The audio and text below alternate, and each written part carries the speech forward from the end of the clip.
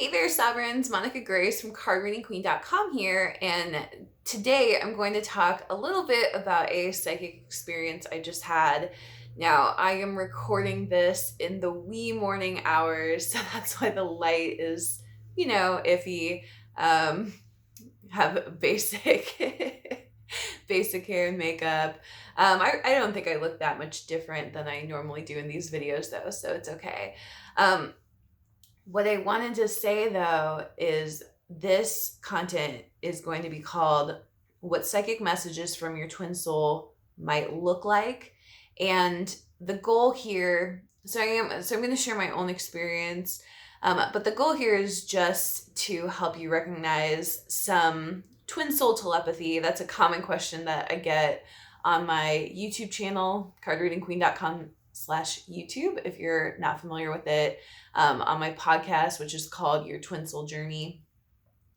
Common question that I get is, what does this telepathy look like? Or what are these, what's the psychic element of the twin soul journey look like? So I'm just going to talk about this a little bit. Easter Sunday, it was either Easter Sunday or it was the Saturday before Easter Sunday. I had an experience. It was later at night. It was right before I was going to bed. This is a really common time for me to get psychic messages, either before I'm going to bed but not asleep, or sometimes like shortly after I wake up I'll have a psychic experience. I've had one that was, it was like I was eating breakfast. It was a very big one too, because like most of them are pretty small, but this was a really big one. I was eating breakfast and I had like this insane claircognizance over just a ton of stuff. And I do talk about that a little bit in another video I have that is about how I manifested my child, because that psychic experience was related to that. So this recent one was a smaller one. And when I say small, it was very real. It's just that the bigger ones have been almost like foundation shaking for me. So, and I'll talk about some of them too. So this is going to be a very rambly piece of content, so I apologize. But if you find this stuff interesting, hopefully you'll stick with me through it. All right, so I'm going to talk about the one I had, the most recent one I had first. So basically, Easter Sunday this year was April 12th. So I'm recording this in 2020. We are in the middle of a global pandemic as well. So my family has been inside for at least a month. Many of you have as well at this point. So what happened was there was a 444 portal, which was on April 4th. And the energy... So this message was due to energy that was left over from that. And what I was experiencing during the 444 portal, to me, how I experience it is I experience it as a healing cycle. So it's almost like as the portal opens, I'll start to notice this new thing coming in that I'm supposed to be healing. And then it seems like it kind of goes, and then the actual day of the portal happens, and then the energy is still there. So this is like a 2 to 3 week energy cycle typically for me around these portals. So then by the end, so sometime in the middle of that, the healing will happen on a conscious level, because the beginning of that portal, it's like I'm almost like getting triggered a lot over the same thing, and then by the end of the portal, as the energy is closing out, then I'll experience that. I'll experience the full healing of that. And I've had to do a lot of action in between. I've had to take a lot of action to heal in between.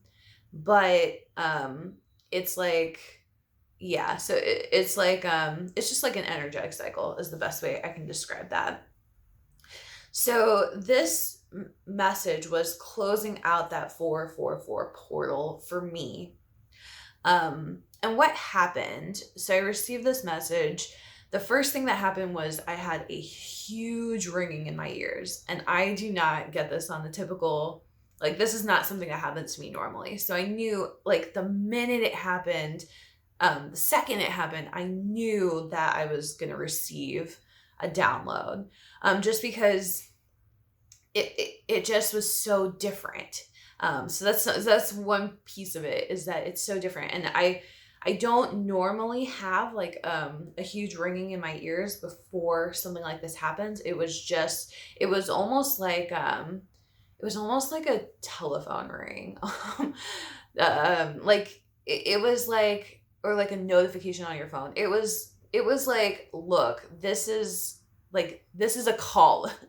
like you need to pick this up, was kind of the energy of it. So I had this huge ringing in my ears. It lasted maybe like 5 seconds total, but the tone changed. So it like kind of built to like a really loud ring, and then it very easily faded away. And it was like I knew exactly what was happening. So it wasn't like, oh shoot, like I'm like my ears are ringing, like how do I stop it?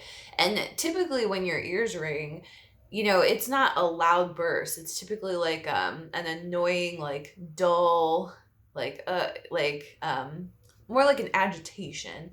This was like a very loud ringing. Okay, so a loud ringing. You guys get it. So then what happened after that is I was almost like in a meditative state, that I hadn't like prepared for or anything. Like I wasn't trying to go to that meditative state, but I saw like almost like image after image like coming up in my mind. And I couldn't even tell you what any specific image was, but I knew what it was about, and it was related to that healing that I had been doing, if that makes sense. So I received a bunch of images, kind of like one image after the other, and it was just kind of rolling along, like for, I don't know, a couple minutes. Maybe less than that. Maybe it was like 30 seconds. I don't even know. I couldn't tell you what a single one of those images was. I could only tell you that I fully understood what was being communicated. And that makes no sense. It's because, I think the reason why it was happening like that is because it was happening on a subconscious level, and it was really it was also like very energetic, so I was releasing a lot. And it was like I had released a lot of it consciously already, but this was like, okay, energetically you're releasing, the last bits of this almost. And so then after that, it was the iridescent light language, which is the best way I can describe it. So lots of symbols that basically looked like alphabet letters, but not like any alphabet letter that you would know on this planet, or that I would know on this planet at least. So it was almost like these esoteric symbols. I did not recognize any of them. So you could think of them as like runes. You could think of them, yeah, like it just, I don't even know how, again, I don't know how to explain it. They were almost like hieroglyphics, or, but they were just symbols basically, or like mathematical symbols, maybe is kind of the way to think about it, or like, astrological symbols, like when you first see those, and you're not familiar with them, it might be like, whoa, like what is that? So they were iridescent. That I feel is important. And I think the iridescence, you know how kind of like a bubble looks? So it's very clear, but the iridescence is on the edges of it. And I'm assuming that's some sort of reflection of the light. So it was like that. The iridescence was even a little bit brighter than like how it would be with a bubble, but it was very, it was almost like I think it was symbolic of the light aspect of it. So the idea that it was light language.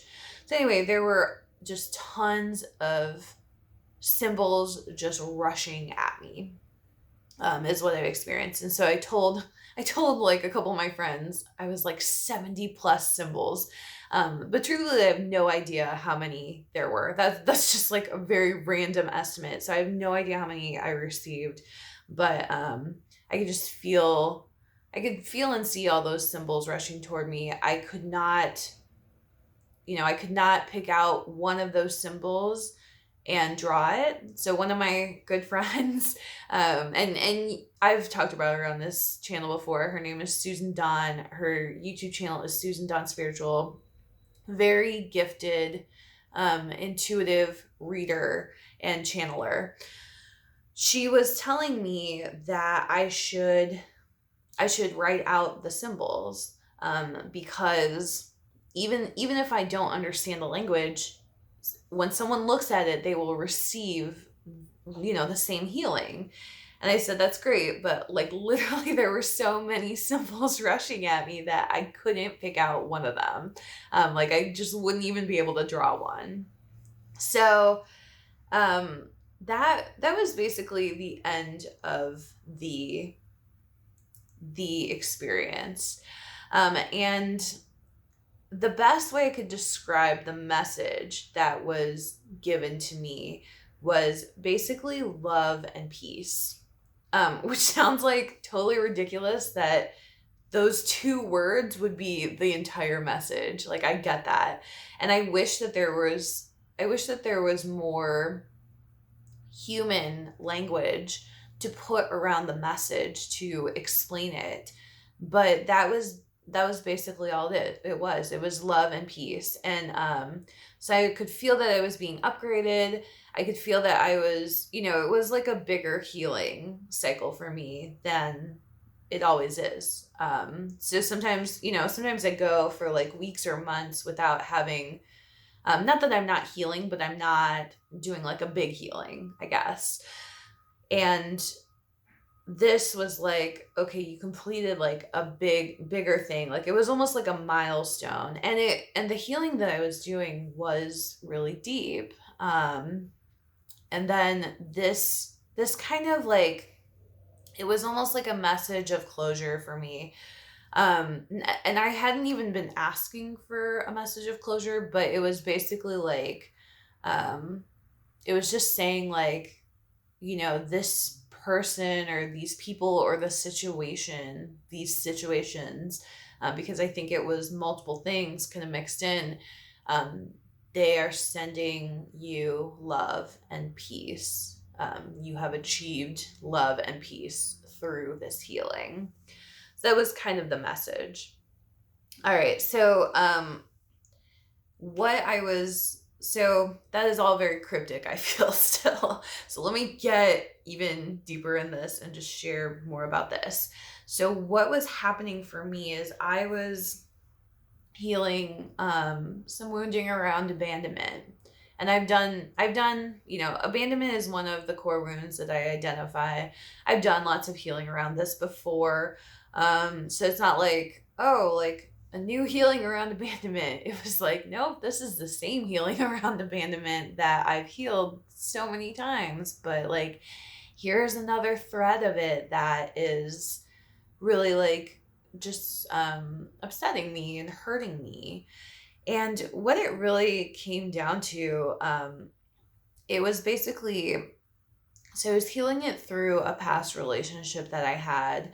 And I think that, and it was a past romantic relationship, like an ex-boyfriend.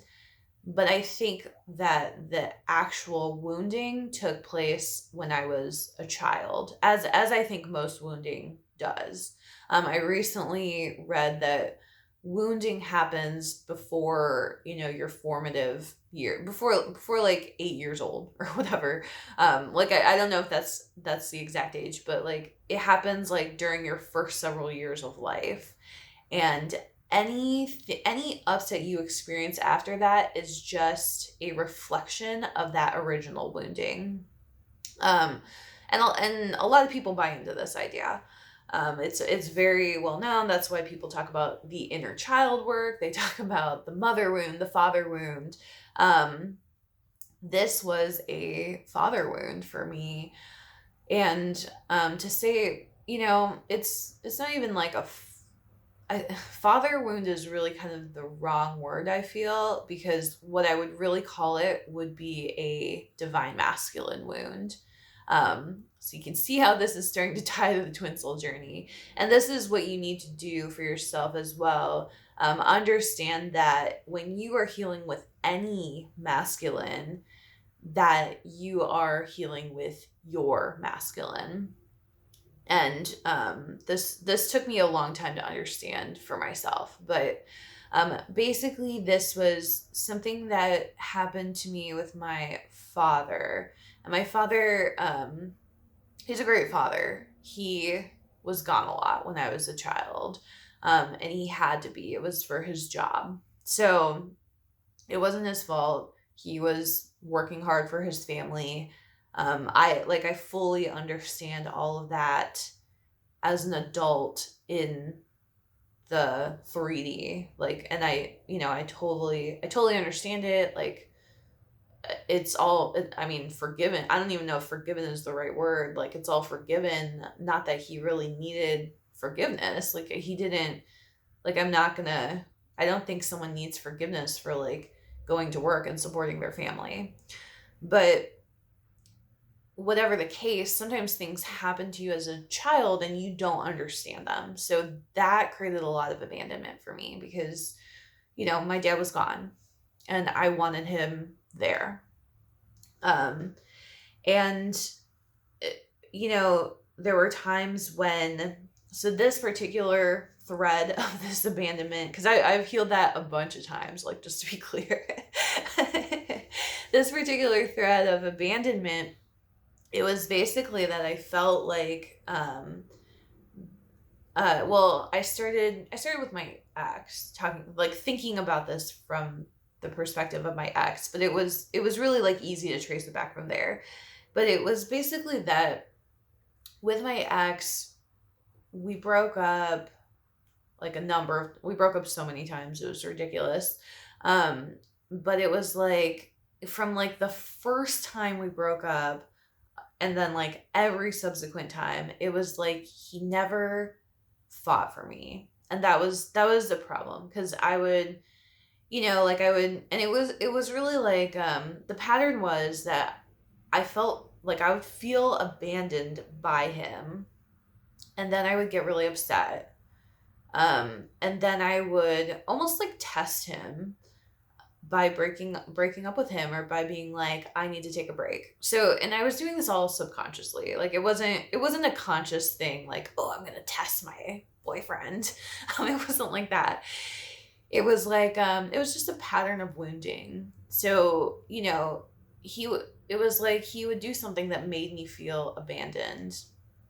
I would then, in my mind, I would say, well, I'm too attached to him, so I need to take a break from the relationship.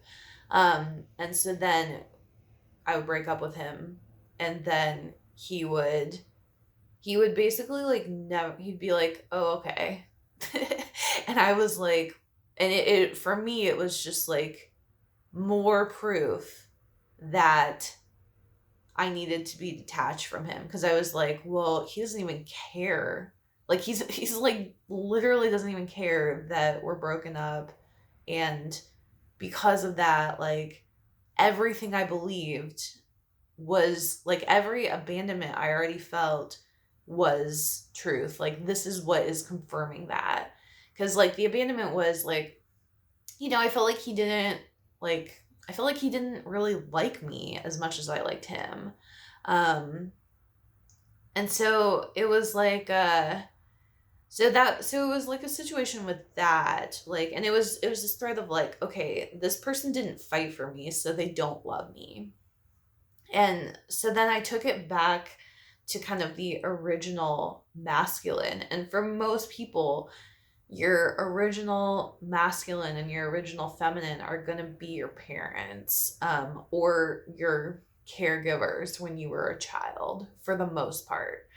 And then you're going to experience those same patterns of wounding with your relationships. So, like, often, like, friendships, if you're, for me, like, the feminines that I experience patterns with are often friends, and then often exes for the masculine, and sometimes friends as well, but often it's more exes.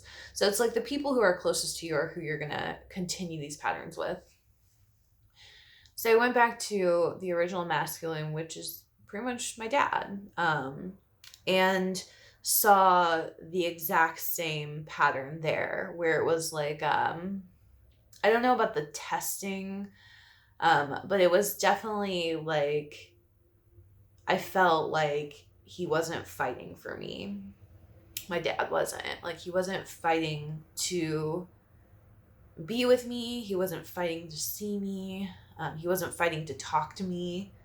And this ex-boyfriend did the same exact thing. So it was very confusing to me. So we would, like, break up, and, like, I was like, well, he doesn't care.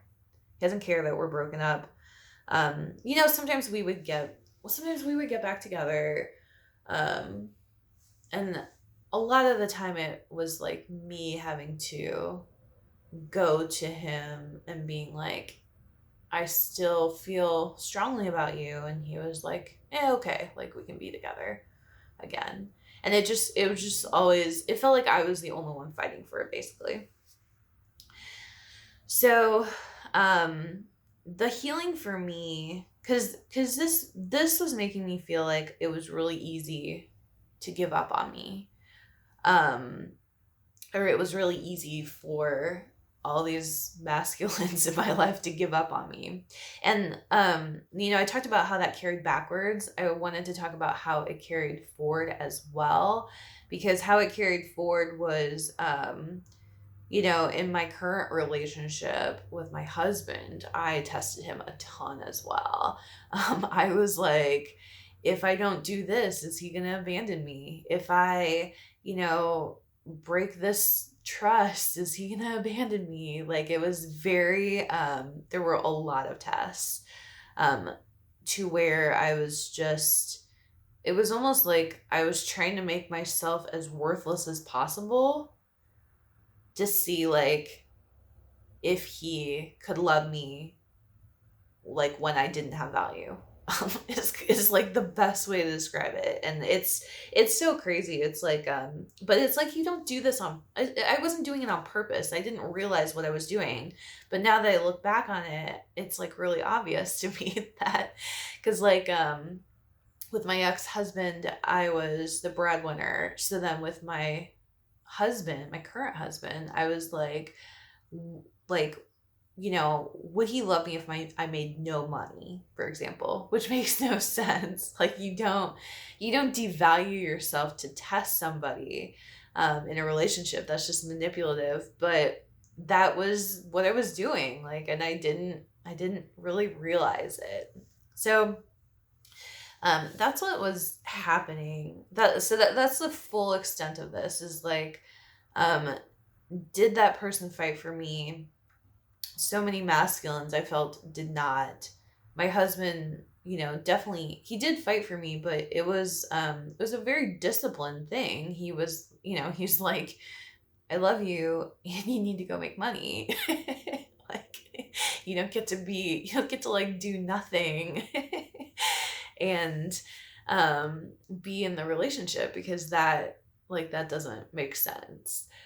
So he was very much like, look, like, I do love you and I will fight for you, but you don't have to make yourself worthless in order to test that. So, yeah. So what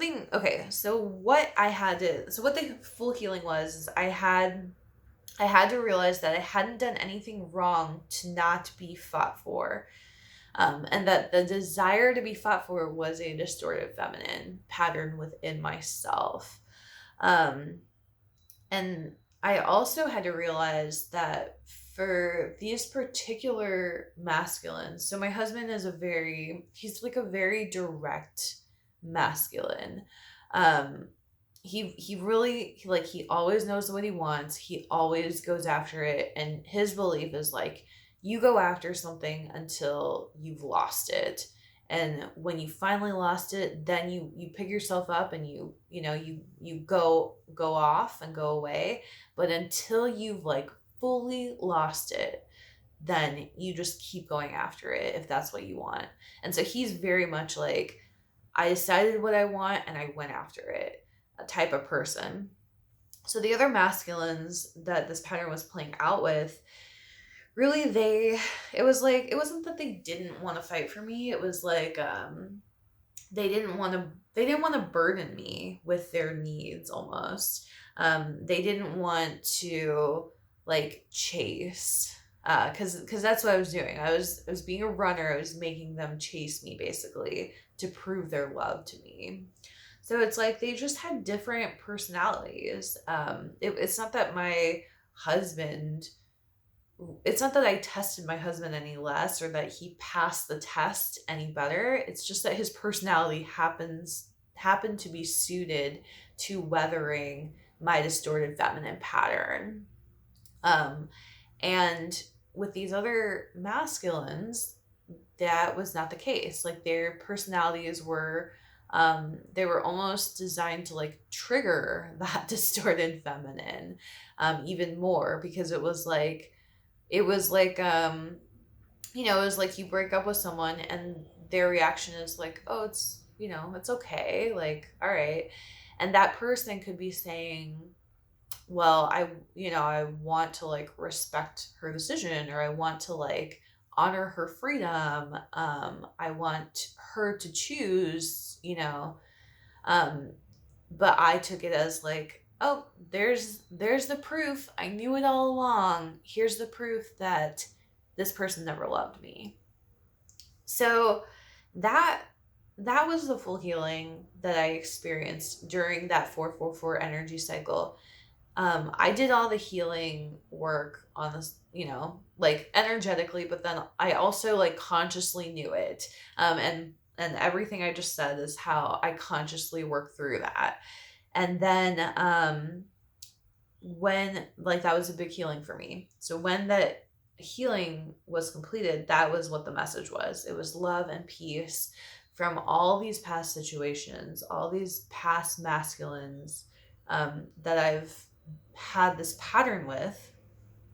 And um, it was just all sending me love and peace.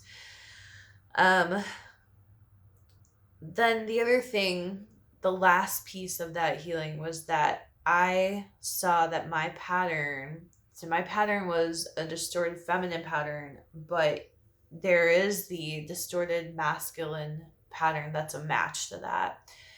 Um, I saw that the reason it was coming up was that that pattern, those patterns, that distorted masculine piece was actually, it still exists in these other masculines, but I could choose to heal the feminine side of it. So whenever I'm like in a test mode now, or whenever, even just whenever like I go to that place, because I'm somebody who, like, if somebody's ignoring me, I go to the place of like they don't like me, or they, and it could be anything.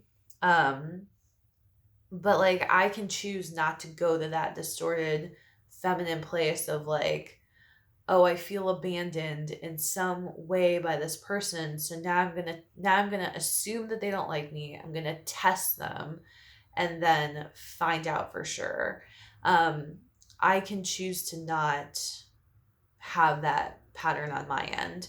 And really the masculines involved they're not really involved, like only involved in my mind, to be clear. They're not like actually part of this. but like the masculines involved, they actually haven't changed at all. Like nothing about them has really changed. What has changed though is that I have changed, so the way I can relate to them is different now. So I hope that's helpful to you. And this was a little bit windier and longer than I thought it would be. I wasn't even actually sure what I was going to say when I came on, but I think and I hope that helps to understand how these healing cycles work. The 555 portal is coming up, and I already know what I'm healing energetically because it's come up as a trigger like a couple times now, for me, and it's around being ignored, and around it's around like expressing myself to the fullest extent that I desire, and being ignored around that. And almost like so the wounding in the last cycle was a very, if you're familiar with the Enneagram, it was very like three-ish, very three-ish form of that wounding. And so this is almost like a four-ish form of the wounding. So it's a really similar wounding actually. But it's like it's around like expression and worth, as opposed to being around, I guess, like value and love. So but it really just threads on the same thing. So anyway, that's what happened to me. That's what the psychic messaging was, and how it completed the cycle. I definitely feel like it was from my twin soul, even though that is not clearly a person, if that makes sense. It was from my twin soul because it was from the divine masculine, and that divine masculine energy, it's my twin soul's energy. So I hope that helps. Maybe maybe it doesn't. I'm sorry. I'm trying to yeah. Yeah. So I hope that was helpful to you. Thank you so much for watching and listening. Hope you have a beautiful and blessed day.